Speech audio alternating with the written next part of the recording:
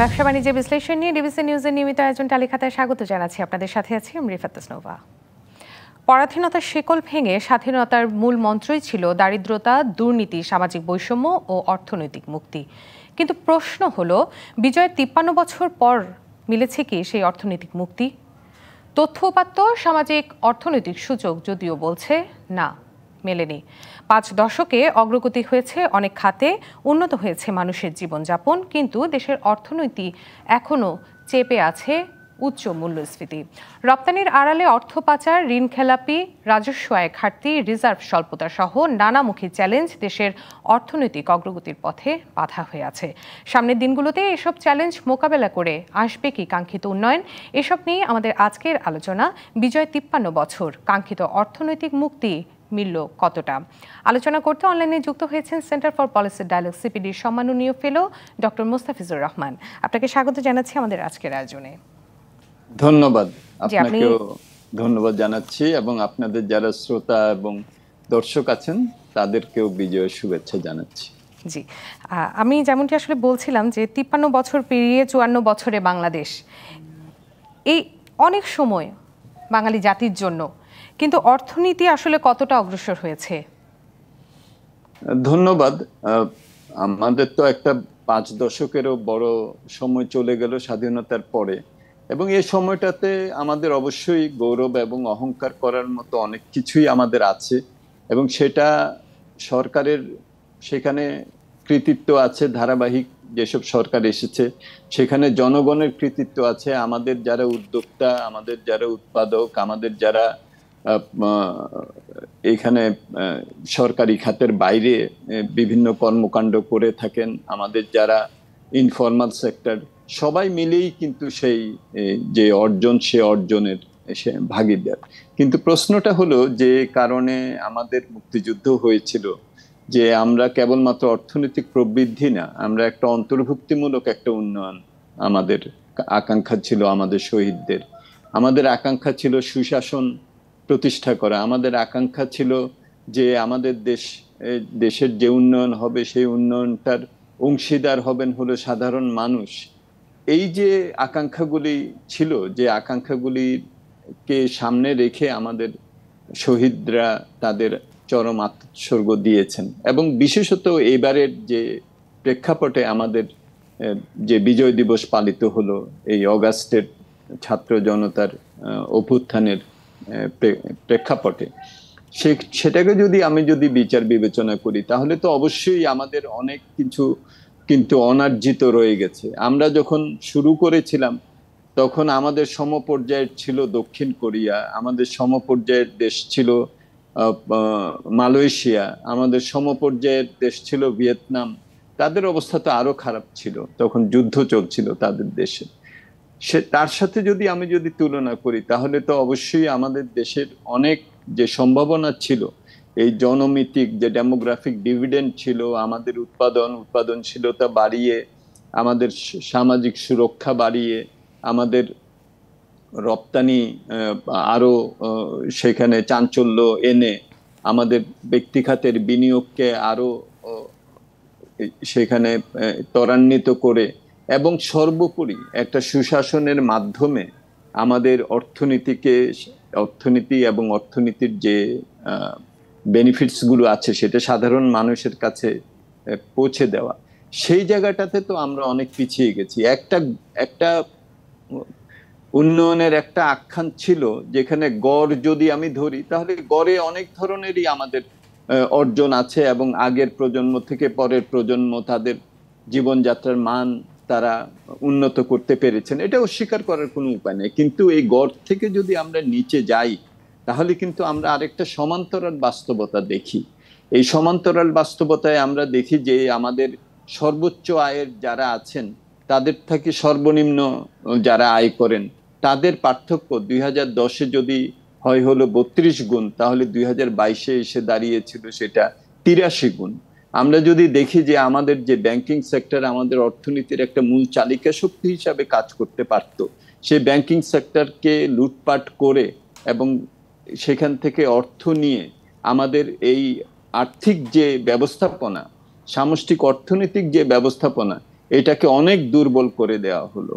আমরা দেখলাম যে আগে যদিও এই অনার্জিত টাকা, এই লুটপাটের টাকা বা ব্যাংক থেকে নিয়ে যেটা নাকি আর শোধ দেয়া হচ্ছে না, খেলাপি ঋণ, সেটা আগে দেশেই একটা ছায়া অর্থনীতি ছিল। অন্তত পক্ষে সেখান থেকে ট্যাক্স আহরণ করা না গেলেও সেখানে অন্তত পক্ষে সেখানে কর্মসংস্থান হতো, অর্থনৈতিক প্রবৃদ্ধিতে অবদান রাখতো। আমরা পরের দিকে দেখলাম যে এটার একটা বড় অংশই দেশ থেকে বাইরে নিয়ে যাওয়া হলো বিভিন্নভাবে।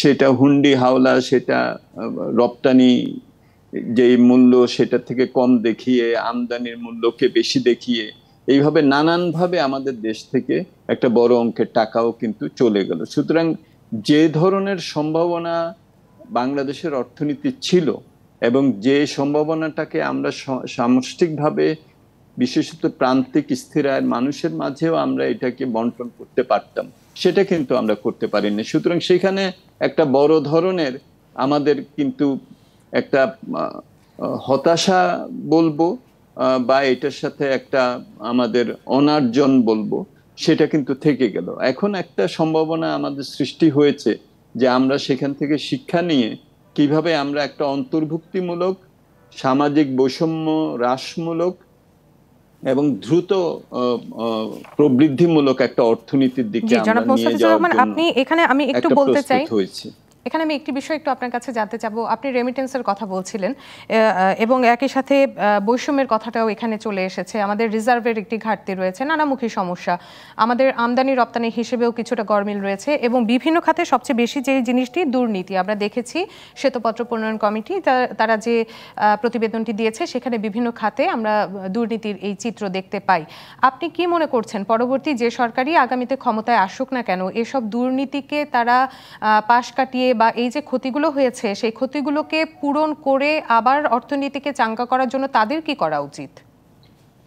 ধন্যবাদ। এটাই হলো আসলে প্রশ্ন, যে আমাদের অতীত কি আমাদের ভবিষ্যতে থেকে পার্থক্য আমরা নিয়ে আসতে পারবো আমাদের ভবিষ্যতে? তো কিন্তু এখনো কিন্তু যখন আমরা কথা বলছি আমরা কিন্তু দেখছি যে উচ্চ মূল্যস্ফীতি, উচ্চ খাদ্য মূল্যস্ফীতি, আমাদের রিজার্ভ এখনো একটা স্বস্তির জায়গায় যায়নি। আমাদের যে দুর্নীতির কথা যেটা আমরা বলেছি, এই ব্যাংকের বিভিন্ন ধরনের খেলাপি ঋণের কথা বলেছি, এগুলোকে একটা স্বস্তির জায়গায় এখনো পর্যন্ত আমরা আনতে পারিনি। কিন্তু একটা প্রেক্ষাপট সৃষ্টি হয়েছে, যে প্রেক্ষাপটটাকে কাজে লাগিয়ে আমাদের একটা সম্ভাবনা সৃষ্টি হয়েছে এই দুর্বলতাগুলি কাটিয়ে সামষ্টিক অর্থনীতিকে স্থিতিশীল করা, আমাদের মূল্যস্ফীতিকে নিয়ন্ত্রণে আনা, আমাদের ব্যাংকিং সেক্টরকে সুশৃঙ্খল করা, এটার একটা সম্ভাবনা সৃষ্টি হয়েছে। কিন্তু এটা কিন্তু নির্ভর করবে এখন যেসব সংস্কার কার্যক্রম হাতে নেওয়া হচ্ছে সেটার সাফল্যের উপরে। এটা নির্ভর করবে আমাদের আগামীতে যে আমাদের নির্বাচিত সরকার আসবেন তারা এইসব সংস্কারগুলোকে ধারণ করবেন কিনা, তারা এগুলোকে ওন করবেন কিনা এবং সেগুলোকে বাস্তবায়নের অঙ্গীকার করবেন কিনা এবং বাস্তবায়ন করবেন। পুঞ্জীভূত বিভিন্ন সমস্যা তো আর 1 বছরে বা 2 বছরে কিন্তু এটা সমাধান হবে না। এটা সমাধান করতেও কিছুটা সময় লাগবে। কিন্তু আমাদের প্রক্রিয়াটা শুরু হয়েছে। অন্তর্বর্তীকালীন সরকার 15টার মতো কমিশন করেছেন, আপনি আমাদের শ্বেতপত্রের কথাও উল্লেখ করলেন, সেখানেও আমরা সুনির্দিষ্ট বেশ কিছু পরামর্শ দিয়েছি। এখন এগুলোকে কংক্রিট বিভিন্ন পদক্ষেপ নিয়ে কার্যকর করতে হবে। তারা সেটা সমাপন করার প্রয়োজনীয় সময় তারা পাবেন না, কারণ অলরেডি তো এখন আমরা মোটামুটি ভাবে একটা নির্বাচনেরও একটা রূপরেখা আমরা এখন কিছুটা হলেও আমরা আন্দাজ করতে পারছি, টাইমলাইন একটা হয়ে গেছে। অনেকটাই কিন্তু নির্ভর করবে বর্তমান সরকার কতটুকু করতে পারছেন এবং কিভাবে তারা একটা শক্ত ভিত্তি দাঁড় করাতে পারছেন এই সংস্কারগুলির, এবং পরবর্তীতে নির্বাচিত সরকার সেগুলোকে কতটুকু বাস্তবায়ন করবেন। সুতরাং এখানে আমি আশাবাদী হতে চাই, কিন্তু এটা অটোমেটিক্যালি এটা হবে না। এটার জন্য আমাদের চেষ্টা করতে হবে, অঙ্গীকার করতে হবে এবং বাস্তবায়ন করতে হবে। জি, জনাব মুস্তাফিজুর রহমান, আপনাকে ধন্যবাদ জানাচ্ছি এবং আমরা একটি বিরতিতে যাচ্ছি, আমরা ফিরে আসবো কিছুক্ষণের মধ্যেই। বিরতি নিচ্ছি। ব্যবসা বাণিজ্য বিশ্লেষণে ডিবিসি নিউজের নিয়মিত আয়োজন টালিখাতায় সঙ্গে থাকুন। আবারও স্বাগত জানাচ্ছি ব্যবসা বাণিজ্য বিশ্লেষণ নিয়ে ডিবিসি নিউজের নিয়মিত আয়োজন তালিকাতায় আজকের আলোচনার বিষয় বিজয় 53 বছর কাঙ্ক্ষিত অর্থনৈতিক মুক্তি মিলল কতটা। আলোচনা করতে অনলাইনে যুক্ত হয়েছেন সেন্টার ফর পলিসি ডায়ালগ সিপিডির সম্মাননীয় fellow doctor Mustafizur Rahman. Doctor Mustafizur Rahman, আমরা যে আলোচনায় ছিলাম সেখান থেকে আমি আবারও একটু শুরু করতে যাচ্ছি এই পর্যায়ে। আমরা জানি যতটুকু যে 71-এ অর্থনৈতিক একটি বৈষম্যের জন্য যুদ্ধ করা হয়েছিল, বৈষম্য দূরীকরণের জন্য, এবং একই সাথে অর্থাৎ বৈষম্যের বিরুদ্ধে আসলে যুদ্ধটা করা হয়েছিল। আমরা দেখেছি 24-এ এসে কিন্তু সেই একই বৈষম্যের জন্য লড়াই করা হয়েছে। তো আপনি কি মনে করছেন যে এই দুর্নীতির রোধ এবং মানব সম্পদের উন্নয়ন অর্থনৈতিক মুক্তি মিলতে পারে? ধন্যবাদ। আমি মনে করি যে অবশ্যই এটা মিলতে পারে। 71-এ আপনি ঠিকই বলেছিলেন যে আমাদের মহান মুক্তিযুদ্ধের পেছনে যে অর্থনৈতিক যে যুক্তি ছিল, যেটা বঙ্গবন্ধুর সেই 6 দফা যে সেখানেও প্রতিফলিত হয়েছিল, সেখানে কিন্তু 2 অর্থনীতি তত্ত্ব, সেটা ছিল একটা মূল ভিত্তি, যে পশ্চিম পাকিস্তানিরা পূর্ব পাকিস্তানে আমাদের সংখ্যাগরিষ্ঠ হওয়া সত্ত্বেও তারা আমাদের অর্থনীতিকে তারা চাপিয়ে রেখেছে, আমাদের থেকে অর্থ নিয়ে যাচ্ছে। সুতরাং 2টা অর্থনীতি হয়ে গেছে, পশ্চিম পাকিস্তানের একটা উন্নত অর্থনীতি, পূর্ব পাকিস্তানের একটা অনুন্নত অর্থনীতি। সেটার বিরুদ্ধে কিন্তু আমাদের সংগ্রামটা ছিল। কিন্তু পরবর্তীতে আমরা দেখলাম যে আমাদের অর্থনৈতিক যে উন্নয়ন হয়েছে সেটার বন্টনের দিক থেকে একটা বড় ধরনের একটা বৈষম্য হলো। এবং এই যে বৈষম্য বিরোধী যে আন্দোলন, এটা তো কেবলমাত্র তো কোটা বিরোধী আন্দোলন থেকে তো পরবর্তীতে তো এটা সামগ্রিকভাবে একটা বৈষম্য বিরোধী আন্দোলনে এটা উন্নীত হয়েছে। এবং সেই বৈষম্যের মধ্যে বিভিন্ন ধরনের বৈষম্য, অর্থনৈতিক বৈষম্য আছে, সামাজিক যে সুরক্ষার সেখানের বৈষম্য আছে, সেখানে যে কথা বলার মধ্যে কারো কেউ বলতে পারবে কেউ বলতে পারবে না সেটার বৈষম্য ছিল, সেখানে সম্পদের বৈষম্য, ভোগের বৈষম্য থেকে শুরু করে সব ধরনের বৈষম্যের বিরুদ্ধেই কিন্তু মানুষের একটা একটা সচেতনতাও বৃদ্ধি পেয়েছে এবং সেজন্য তারা আন্দোলনও করেছে। এবং আমরাও কিন্তু আগের থেকেই আপনি জানেন যে নানানভাবে কিন্তু আমরা বলছিলাম যে এই গড়ের অন্তর্নিহিত যে বন্টন, এই বন্টনে বড় ধরনের বৈষম্য রয়ে গেছে। কিন্তু এখন একটা সুযোগ কিন্তু আমাদের এসেছে, এই উন্নয়নটাকে কিভাবে আমরা আরো গণতান্ত্রিক করতে পারি, এই উন্নয়নের ভাগটা যাতে সাধারণ মানুষও যাতে নিতে পারে, আমাদের যারা প্রান্তিক মানুষ আছেন তাদের কাছেও যাতে আমাদের এই উন্নয়নের যে যে ফসল, সেই ফসলটা যাতে যেতে পারে। এবং সেটা করতে গেলে বিভিন্ন জায়গায় আমাদের হাত দিতে হবে। আমি তো বলি প্রথমেই হলো যে কেবল আমরা শিক্ষার প্রসার করেছি, কিন্তু আমরা তো মানসম্মত শিক্ষা দিতে পারিনি, যেটার কারণে আমরা মানসম্মত শোভন কর্মসংস্থান দিতে পারিনি, যেটার কারণে একটা তরুণ সমাজ তাদের মধ্যে একটা এক ধরনের বড় ধরনের অসন্তোষের জন্ম হয়েছিল, যেটা থেকে বৈষম্য বিরোধী আন্দোলনের শুরু। সুতরাং সেই জায়গাগুলোতে আমাদের কিন্তু এখন হাত দিতে হবে, যে আমরা যাতে সোশ্যাল মোবিলিটিটা যাতে আমরা নিশ্চিত করতে পারি মানসম্মত শিক্ষা দিয়ে, যাতে যে কোনো একটা আয়ের স্তর থেকে তারা ভালো শিক্ষা গ্রহণ করে তাদের জীবন মান উন্নত করতে পারেন। এইটাই কিন্তু আমাদের বড় একটা শিক্ষা এখানে হয়েছে। আরেকটা যেটা, সেটা হলো সুশাসন। আমরা বিভিন্ন প্রতিষ্ঠানগুলিকে দুর্বল হতে দেখেছি, দুর্বল থেকে দুর্বলতর হতে দেখেছি, এবং এই প্রতিষ্ঠানগুলো যদি শক্তিশালী আমরা করতে পারি তাহলে কিন্তু এগুলো ব্যাংকিং সেক্টর বলি আমরা, আমাদের ন্যাশনাল বোর্ড অফ রেভিনিউ বলি যে সম্পদ আহরণ, বা আমাদের স্টক মার্কেট বলি, সব জায়গায় এই যে প্রতিষ্ঠানগুলো যে দুর্বল হয়েছে, যেটার কারণে কিন্তু এই বৈষম্যটা আরো বেড়েছে। সুতরাং প্রাতিষ্ঠানিক সক্ষমতা বৃদ্ধি, জবাবদিহিতা, স্পষ্টতা, সুশাসন, এটা যদি আমরা এখন প্রতিষ্ঠিত করতে পারি এই সুযোগে, তাহলে কিন্তু আমরা অর্থনৈতিক ভাবেও উন্নত হতে পারবো, সামাজিক ভাবেও আমাদের একটা এখানে যেহেতু একটি অন্তর্ভুক্তিমূলক একটা সমাজ পাবো। প্রাতিষ্ঠানিক সক্ষমতা বৃদ্ধির কথা যেহেতু আসলো, আপনার কাছে একটু জানতে চাবো বিনিয়োগের ক্ষেত্রে তাহলে কোন ধরনের খাতকে বেশি গুরুত্ব দেওয়া উচিত?